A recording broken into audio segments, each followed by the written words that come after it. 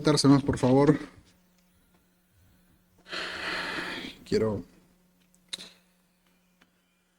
quiero comenzar rápidamente con el motivo, pues, de este estudio, de estudio de Adviento. Estamos en Mateo, nuestro texto principal, Mateo 1:22, y estamos viendo la razón de la primera Navidad, la primera venida de Cristo, este Adviento. Y quiero comenzar diciendo que la Navidad no se trata de pinitos, de luces, de regalos o dulces, sino de lo que Dios hizo para que pecadores como yo, como usted, pudieran ser perdonados. Esa es la realidad de la Navidad, y en eso es en lo que vamos a basar, pues, este estudio esta noche. Esta mañana el pastor Nava dijo que la Navidad no se trata de lo que hicieron los hombres, porque vamos a ver muchos hechos, muchos actos, pues, de hombres, cosas que hicieron los hombres, pero todo lo contrario. La Navidad se trata de lo que Dios hizo y lo que solo Él hizo.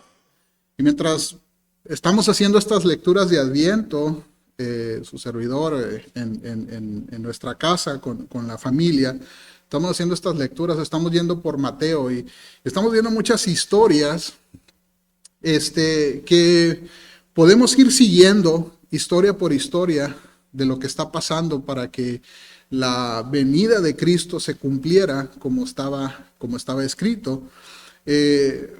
Pero si nos alejamos en esta lectura, podemos ver la mano de Dios, podemos ver la obra de Dios. Si ponemos atención y tomamos una vista panorámica, pues, del texto completo de Mateo capítulo 1 y capítulo 2, podemos ver una obra poderosa, Dios trabajando en todo esto. Y el texto clave que saltó a mis ojos, que les quiero compartir, es en versículo 22, Mateo 1:22, que dice: todo esto sucedió para que se cumpliera lo que el Señor había hablado por medio del profeta. Vamos a orar. Padre celestial, Señor, esta hora le damos gracias, Señor, porque en su gracia y en su misericordia, Señor, usted envió a su Hijo, Señor, estando perdidos, estando sin rumbo, sin salvación, sin, Padre, oportunidad, Señor, de salvarnos a nosotros mismos, Señor. Usted había provisto, Señor, de una promesa, había provisto, Señor, de un camino para la salvación en Cristo Jesús, Padre. Y le damos gracias, Señor, que podemos recordarlo, Señor, porque estas fechas, Señor, nos ayudan, Señor, a ser testimonio en un mundo caído, Señor, en un mundo que necesita escuchar estas buenas noticias, Señor. Y pedimos, Padre, que por medio de la guianza de su Espíritu, Señor, usted dé entendimiento, Señor, de su palabra, y que podamos, Señor, utilizarlo, Señor, para animar nuestros corazones, Señor, y contagiar, Señor, la bondad suya, la bondad de Dios, Señor, para con su pueblo, Padre. Gracias, Señor, por la oportunidad de estar reunidos aquí, Señor, alrededor de su palabra, Señor. Y usted ayúdenos, Señor, a entenderlo, Señor, y a vivirlo, guardarlo en nuestro corazón. En el nombre de Cristo oramos. Amén. Todo esto sucedió para que se cumpliera lo que Dios había hablado. Y esto está hablando de la profecía de Isaías, cuando el ángel se le aparece a José en un sueño. Mateo hace una paréntesis en este versículo 22 para explicar lo que está sucediendo ahí. Pero este texto, esta paréntesis, esta explicación de Mateo es mucho más significativa, porque Dios no nada más obró en la profecía de Isaías. Dios estuvo obrando desde el principio, literalmente desde el principio. Todo esto es parte de la lucha, de la guerra espiritual que ha existido desde el Génesis, desde el principio. Y ir por Génesis nos ha estado ayudando, pues, para tener fresca la memoria de lo que Dios hizo, ¿verdad? Desde un principio. Tenemos esta historia hemos estado estudiando en el principio, y vemos que Dios ha seguido obrando. Esto ha sido una lucha entre la luz y la oscuridad, la vida, la muerte, la mentira y la verdad. La vida y la muerte, por ejemplo, han estado presentes desde el principio.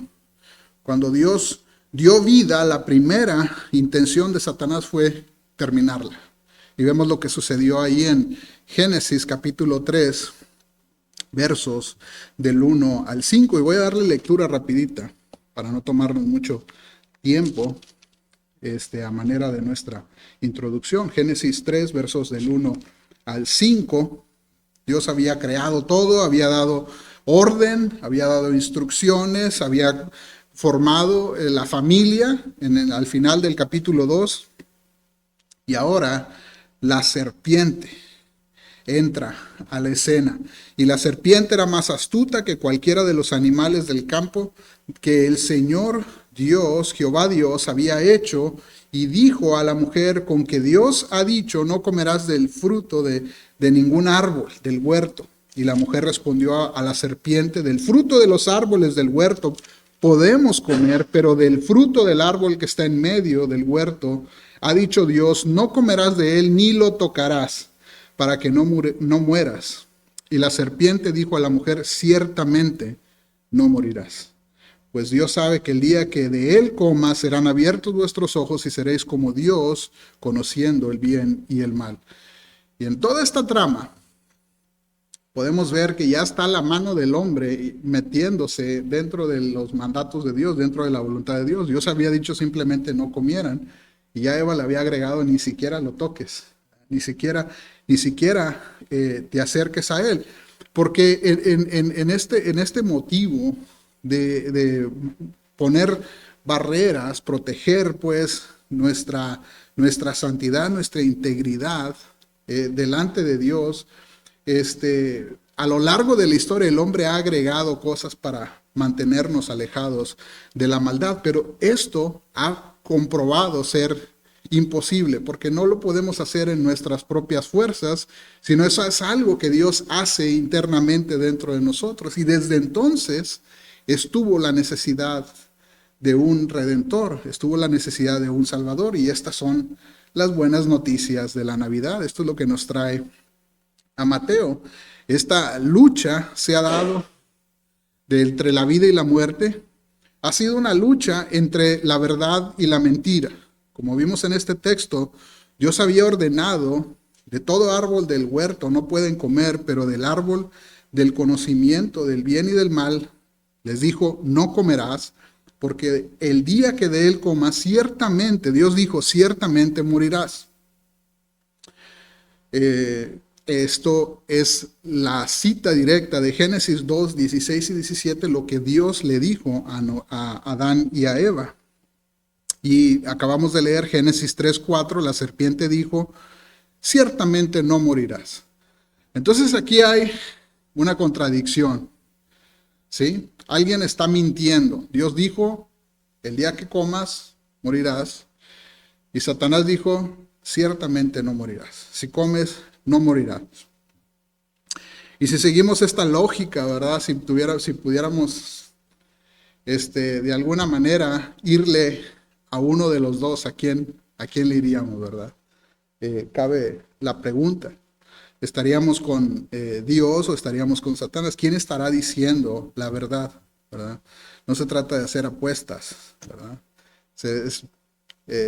Por cierto, ¿verdad? Hablando de apuestas, es miserable vivir dependiendo de la suerte en lugar de depender de Dios. Pero si podemos saber esta lógica, ¿quién está diciendo la verdad en esto? Podemos confiar que Dios finalmente dijo la verdad. ¿Por qué? Porque ciertamente Adán y Eva no vivieron para siempre. Jesús dijo, por ejemplo, de Satanás, él ha sido un homicida desde el principio y el padre de la mentira. Juan 8:44. Además, la Escritura nos dice en Números 23 y 19, cuando Balaam estaba contratado para maldecir al pueblo de Israel, ¿sí?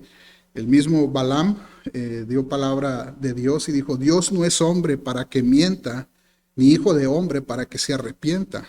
Él dijo, y no lo hará, habló y no lo ejecutará, diciendo que la palabra de Dios es firme, es fija y es para siempre. La palabra de Dios permanece para siempre. El apóstol Pedro después habla de eso.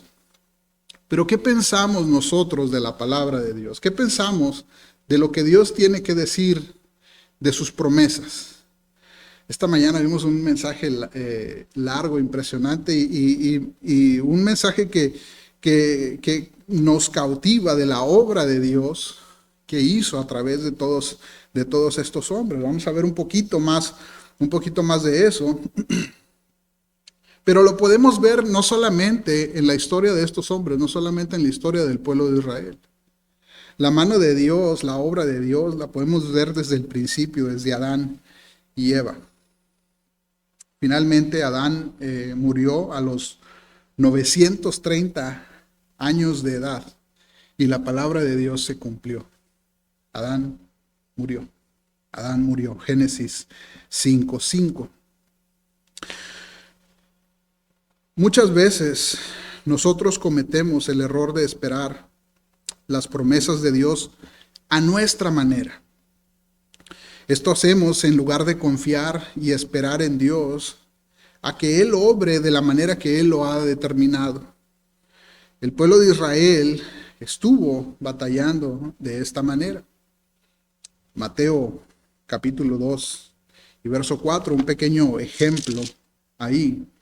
Llegaron los magos a Jerusalén y afuera de tiempo, ¿verdad? No había ninguna festividad, era inesperado que llegaran y se presentaron en el palacio, fueron con Herodes porque venían a adorar a un rey recién nacido.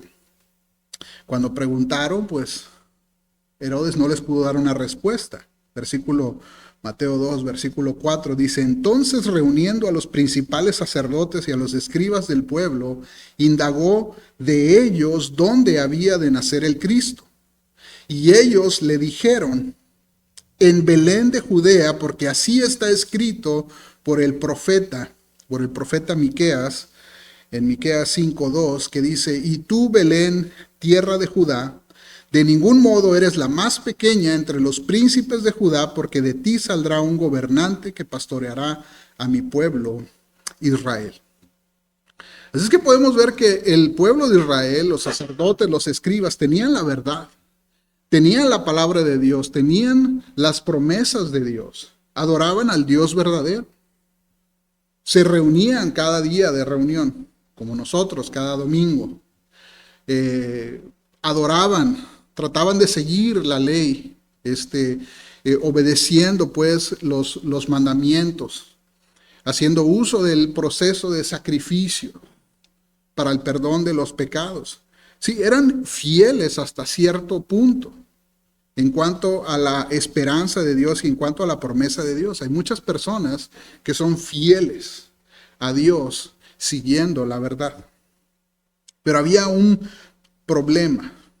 Aunque tenían la verdad, tenían la revelación, tenían las promesas, tenían la palabra directa de Dios, la palabra verdadera de Dios, delante de ellos, vemos que le dieron a la pregunta de Herodes, ¿sí? Aún así no creyeron en la llegada del Mesías, pues ni siquiera se interesaron ni se incomodaron de que Herodes ahora estuviera interesado en saber sobre la venida del Cristo. No preguntaron, no cuestionaron y no fueron a ver qué es lo que estaba sucediendo. Porque ellos esperaban, tenían su propia idea de la venida del Mesías. Ellos lo esperaban a su manera, querían su manera de pensar sobre la venida de este Mesías. Entonces, ¿qué pasó? El Mesías vino, anduvo, predicó, estuvo enfrente de ellos, lo mataron, a lo suyo vino y los suyos no le recibieron, dice el apóstol Juan. Y se fue Y los escribas y los fariseos, sin pena ni gloria, perdieron de vista la visitación del Mesías. Podemos estar bien ocupados, hermanos, en las cosas de Dios y perder de vista a Dios mismo. Podemos estar bien ocupados en muchas cosas y perder de vista lo que Dios está haciendo en medio de su pueblo. Esto le sucedió al pueblo de Israel. Muchas veces nos enfocamos más en las cosas pequeñas de nuestra vida, lo que estamos pasando, lo que estamos viviendo, lo que estamos sintiendo, lo que está a nuestro alrededor, y pasamos desapercibido lo que Dios está haciendo en su pueblo, lo que Dios está haciendo en la iglesia, lo que Dios está haciendo en nuestras familias. El pueblo de Israel fue testigo de esto. Esto está escrito para nuestra enseñanza. Esto está escrito para nuestra edificación.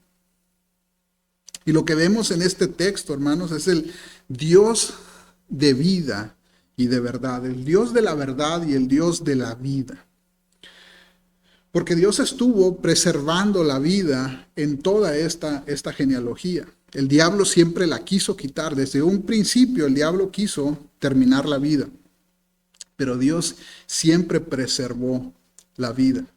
Esta genealogía que narra Mateo, del capítulo 1, de los versos 1 al 17, lo vimos esta mañana. Y si se lo perdió, les recomiendo que regrese a este mensaje. De una genealogía desordenada vino un perfecto y justo Mesías, un Salvador. Este lo pueden encontrar ahí en nuestras redes sociales, este mensaje de hoy en la mañana. Pero en esta genealogía de Cristo encontramos que los teólogos, esto no lo estudié yo, ¿verdad? Pero lo tomé de textos de teólogos entre MacArthur, Wiersbe y algunos pedazos de Matthew Henry, que también mencionaba el pastor hoy en la mañana. Vemos que Mateo, la tradición, dice, Mateo narra la genealogía de José, y Lucas, capítulo 3, del 23 al 38, narra la genealogía del lado de María, ambos descendientes de David, del rey David. Y vemos otra de las diferencias entre las dos genealogías, aparte de ser diferentes a partir del rey David, vemos que la genealogía de Lucas empieza con Dios, Adán y toda la descendencia hasta Cristo. Y vemos que Dios obró en toda esta parentesco de Cristo, para que Cristo viniera a esta tierra y se celebrara la primera Navidad allí en Belén. Vemos que Satanás siempre estuvo amenazando pues la vida. Vemos el texto que acabamos de leer ahí en Génesis capítulo 3, que Dios había dicho que iban a morir y Satanás les dijo no se van a morir, engañándolos, ¿verdad? Buscando con mentiras hacer que murieran y finalmente logrando esto. Dios, vemos que tuvo misericordia de Adán, y aunque Adán y Eva pecaron, aunque Adán y Eva cayeron, Dios tuvo misericordia y preservó la vida de ellos hasta 930 años. 930 años de la gracia de Dios. Dios preservó la vida de Noé 930 años. Y aunque Satanás envenenó el corazón de Caín para quitarle la vida a Abel, lográndolo, Dios proveyó la línea del Mesías en Set, dentro de su propósito divino para cumplir su voluntad, para cumplir su palabra, su promesa del Mesías que iba a venir. Lo que podemos entender, hermanos, es que la vida es frágil. La vida es frágil y en un segundo se nos va. Pero no se nos va sin que Dios así lo determine. No se nos va sin que Dios así lo haya determinado para nosotros. A nosotros se nos escapa la vida, pero a Dios no se le escapa nada de sus manos. Dios es soberano y es todopoderoso. Y si a la luz de la palabra nos ponemos a analizar estas genealogías de Jesús, nos vamos a dar cuenta que Satanás comenzó a quitar la vida y Dios comenzó a obrar en misericordia para preservarla. No solamente Adán y Set, por ejemplo, pero tenemos a Enoc. Después, abajo de la descendencia de Adán y Set, Enoc fue el que 7 generaciones después de Adán fue levantado. Vemos a Matusalén, el que vivió más que todos los hombres, Matusalén, hasta el diluvio. Y después vemos a Noé, cómo Dios preservó la vida de Noé, de este diluvio, no nada más la vida de Noé, la vida de su familia, de sus hijos, cuando todo el mundo fue ahogado en un diluvio. Dios preservó la vida. Vemos a Abraham, estamos viendo la historia de Abraham. ¿Cuántas veces Dios le guardó la vida? ¿Verdad? Tuvo que intercambiar a su esposa por su vida en una ocasión, ¿verdad? Tenía miedo de que le iban a quitar la vida. Y cuando el rey de Egipto se dio cuenta, pues, que era la esposa de Abraham, dijo, no, pues ya, si ya me descubrió, lo perdonó y le dio todavía ganado, le dio riquezas para que se fuera y se llevó a su esposa. Dios obró con misericordia. No podemos dejar pasar la historia de Isaac, ¿verdad? A punto de ser sacrificado por su padre Abraham, Dios preservó la vida de Isaac, de la línea del Mesías, y proveyó un cordero, proveyó una víctima, pues, para el sacrificio. No podemos olvidar Jacob, cómo Dios preservó su vida de su hermano, ¿verdad? Jacob tenía miedo, tuvo que huir de su tierra, porque su hermano amenazaba su vida. Y Jacob huyó y regresó y todavía con miedo, ¿verdad? Le mandó regalos por delante para calmarlo, para que no le fuera a hacer daño. Y Dios guardó su vida. Judá. Y todo lo que sucedió, en la mañana vimos la historia de Judá y de Dios proveyó por Judá a Farés de Tamar. Y si quieren ver la historia de Tamar, escuchen el sermón de la mañana. Salmón, que nació de Boz y de Rahab, la prostituta de Jericó. Dios salvó la vida de Rahab, que sabía que por haber traicionado a su pueblo iba a ser asesinada. ¿Sí? Y por eso entró en este acuerdo con los hijos de Israel, para que guardaran su vida, y les dijo, yo los voy a ayudar, pero asegúrenme que me van a dejar vivir, que van a salvar nuestra vida. Y Dios lo permitió. Y no solamente lo permitió guardar la vida de Rahab y de su familia, sino que ella fue incluida en la genealogía del Mesías. ¿Verdad? De Rahab nació Boz. Obed nació de Ruth, y también escuchamos la historia. Y el rey David, ¿cuántas veces Dios no salvó la vida del rey David, ¿verdad? En esta lucha, en esta guerra entre David y Goliat, y cuántas guerras de sus propios hijos. Saúl, ¿cuántas veces no buscó la vida del rey David? Sus hijos, Absalón, huyó de la presencia de sus hijos que buscaban asesinarlo, y Dios guardó su vida. En la línea del Mesías hay reyes. Salomón, por ejemplo, el hijo de David y de Betsabé, la esposa de Urías. Acaz contra los amorreos, más adelante, de los descendientes de Salomón, de los arameos. Dios salvó la vida no solamente de Acaz, sino de toda la ciudad de Jerusalén. Miren, vamos a la historia, que por cierto, esa es la historia en donde se da la promesa de la Virgen, concebirá y dará a luz un hijo. Isaías capítulo 7. Vamos a leer todo el texto para no tomarnos más tiempo.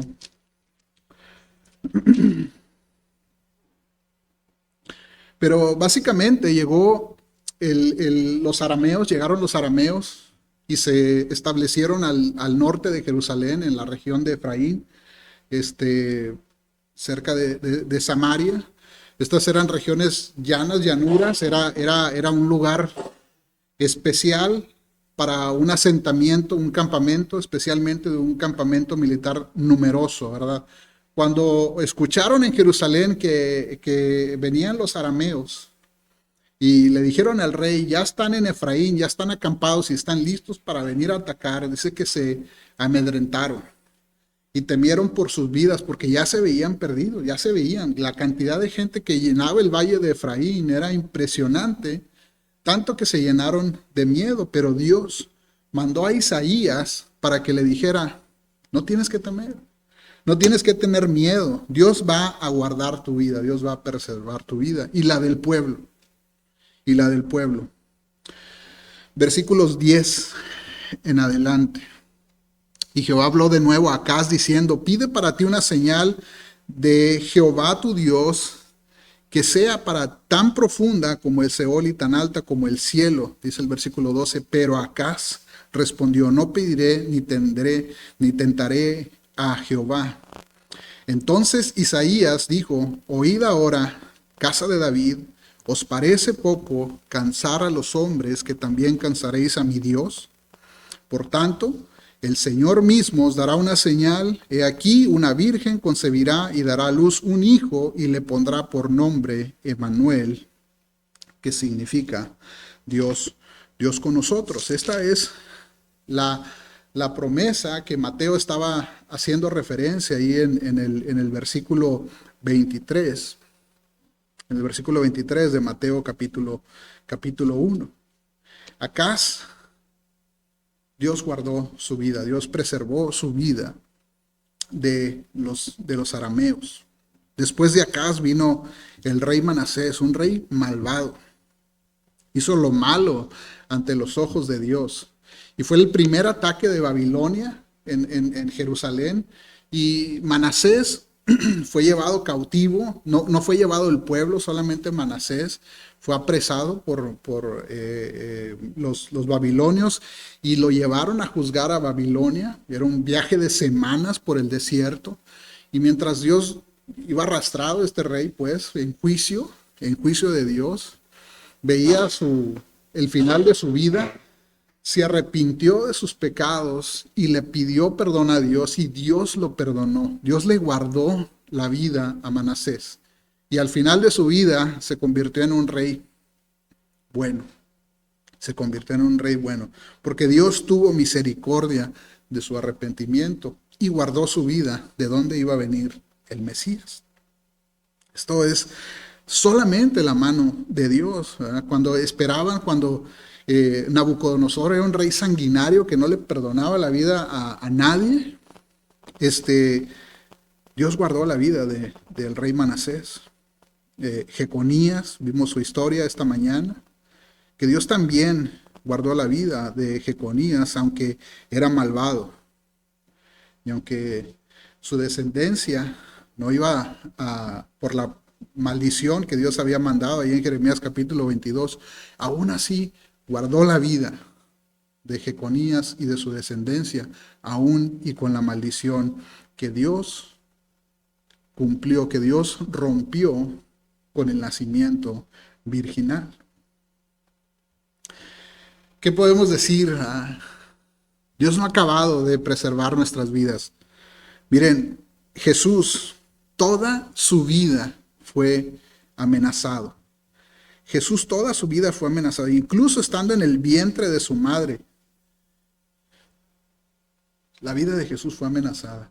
Dígame, ¿qué mujer embarazada a punto de dar a luz aguanta un viaje entre los montes, entre las piedras, entre las montañas, montado en un burro?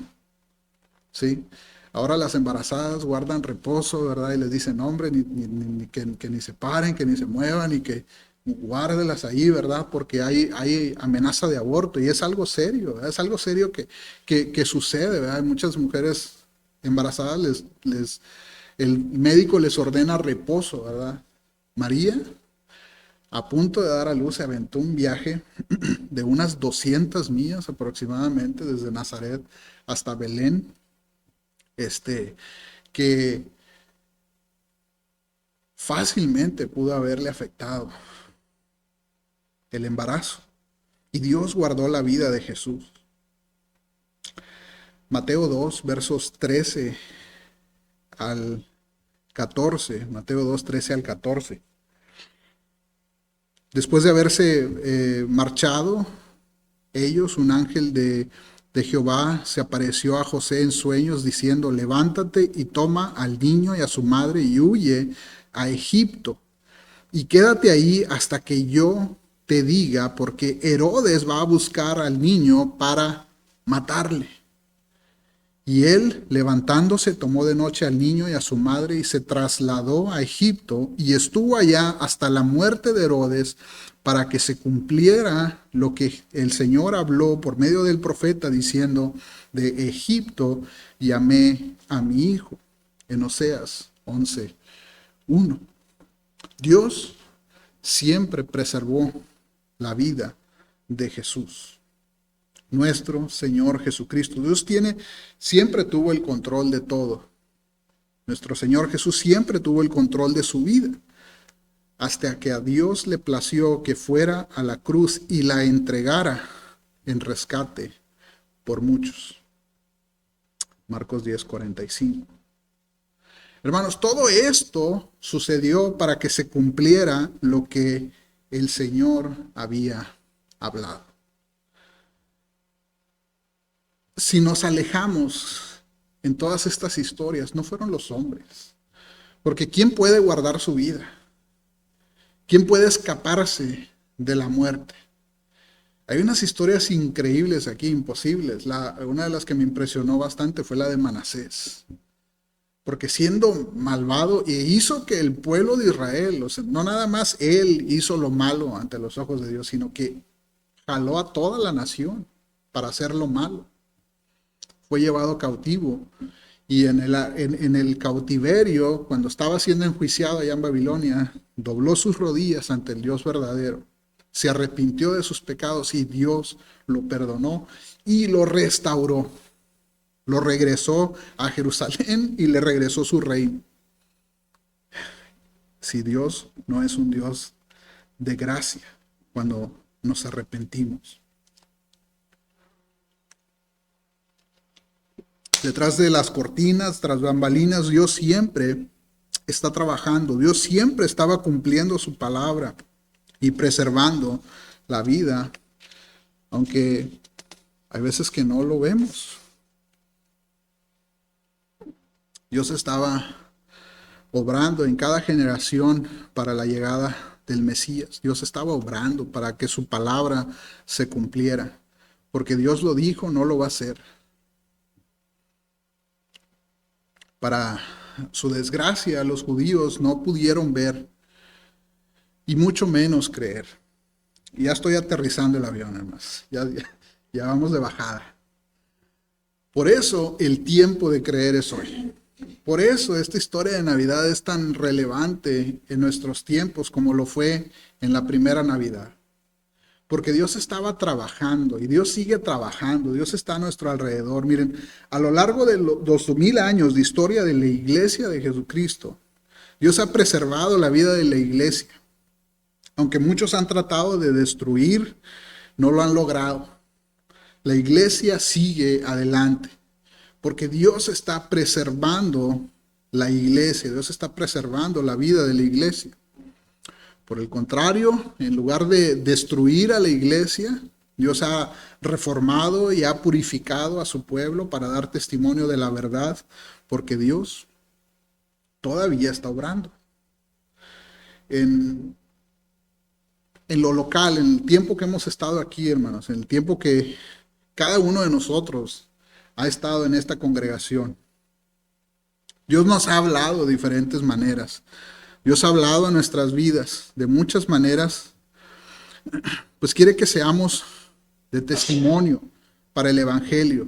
No solamente ser parte de una iglesia, no solamente tener la membresía como es bíblico, pero ser de testimonio a la obra de Dios en lo personal y en nuestras familias, como dice la declaración de misión, en esta comunidad, porque Dios ha sido fiel y su palabra no vuelve vacía. Esa es la promesa que tenemos. Dios quiere que sigamos siendo fieles y ha actuado, ha obrado de muchas maneras en la vida de cada uno de nosotros. Hemos visto y hemos sido testigos de la obra de Dios.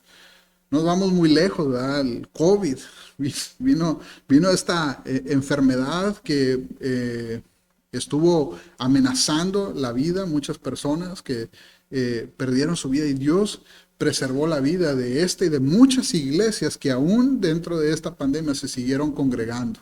Nos seguimos congregando y Dios fue siempre fiel. Antes de esta pandemia, Dios ha guardado nuestras vidas. Cada quien ha tenido diferentes episodios dentro de su vida y de sus familias.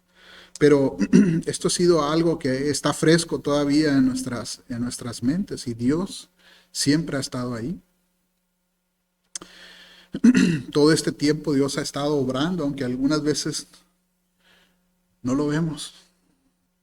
Nos pasa como el pueblo de Israel, ¿verdad? Dios viene y se va y obra y cerramos nuestros ojos.